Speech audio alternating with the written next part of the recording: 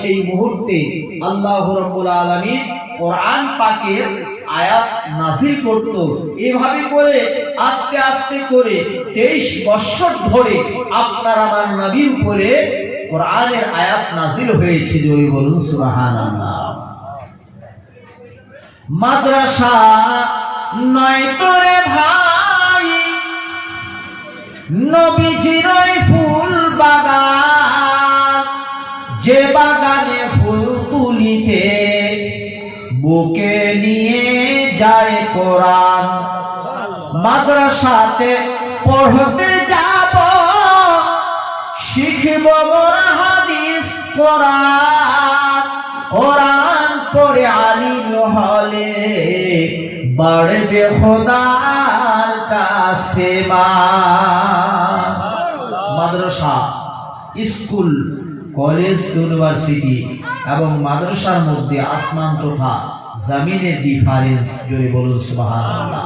অন্যান্য কিতাব, অন্যান্য বই কিতাবগুলো আমরা স্কুলে যখন পড়তাম পেছনে পিঠে নিয়ে যেতাম অথবা সাইডে ব্যাগে করে ঝুলিয়ে নিয়ে যেতাম, কিন্তু কোরআন এমন গ্রন্থ, লাউ আনজালনা হাযাল কুরআনা আলা জাবালিন লারাইতাহু খাশিআন মুতাসাদ্দিআন মিন খাশিয়াতিল্লাহ।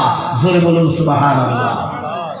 মুসলমান আপনারা অন্যান্য কিতাব পিঠে করে নিয়ে যায়, ছোট ছোট শিশুরা পিঠে করে কিতাবগুলো নিয়ে যায় অথবা সাইডে করে নিয়ে যায়, কিন্তু যত ছোটই বাচ্চা হোক না কেন, যখন মাদ্রাসায় দাখিলা হয়েছে, যখন মাদ্রাসায় এডমিশন করিয়েছেন, মুসলমান ওই ছোট শিশুটাকে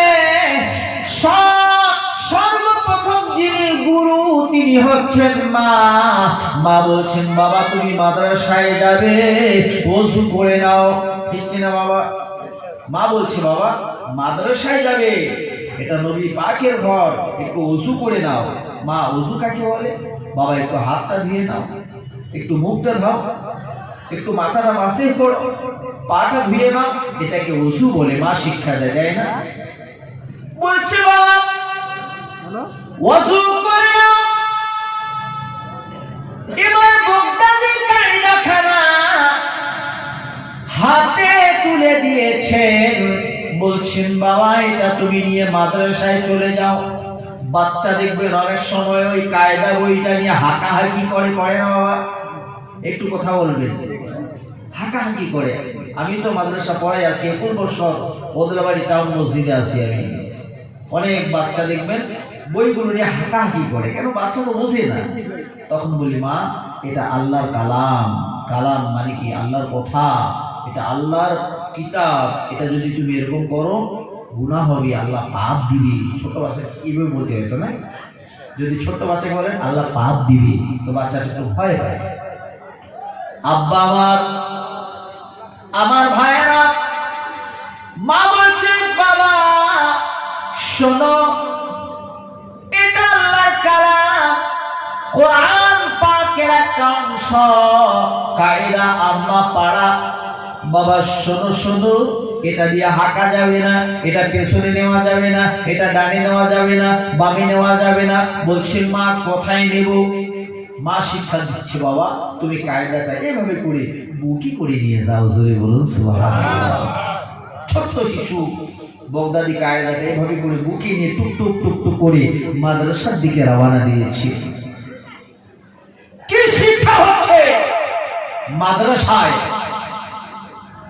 বিশ্বের স্কুল, কলেজ, ইউনিভার্সিটিতে কোনোদিন এরকম আদব শিক্ষা দেওয়া হয় না যে শিক্ষাটা দেওয়া হয় মাদ্রাসায়। জোরে বলুন সুবহানাল্লাহ। একটা মাদ্রাসা পড়নেওয়ালা বাচ্চা কখনো দাঁড়িয়ে পেশাব করবে না। একটা মাদ্রাসা পড়নেওয়ালা বাচ্চা কখনো লোকাল দোকানে দাঁড়াবে না। তার মনে ভয় হবে যে আমি একদিন মাদ্রাসায় পড়েছিলাম, মানুষ কি বলবে আমাকে? আল্লাহ তো পরের কথা, কিন্তু মানুষ আমাকে কি বলবে? ঠিক না?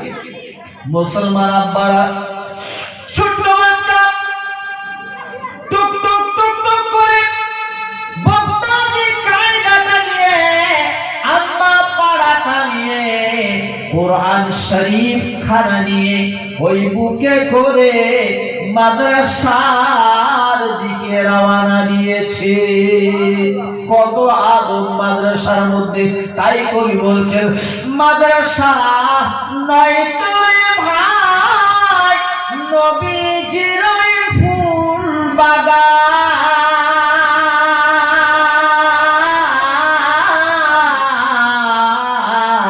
যে বাগানে ফুল তুলিতে বুকে নিয়ে যায় কোরআন।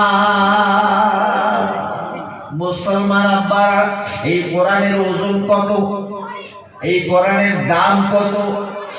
আজকে বিশ্বের জমিনে কোরআন পড়তে বলার দাম নাই। ও মুসলমান শুনে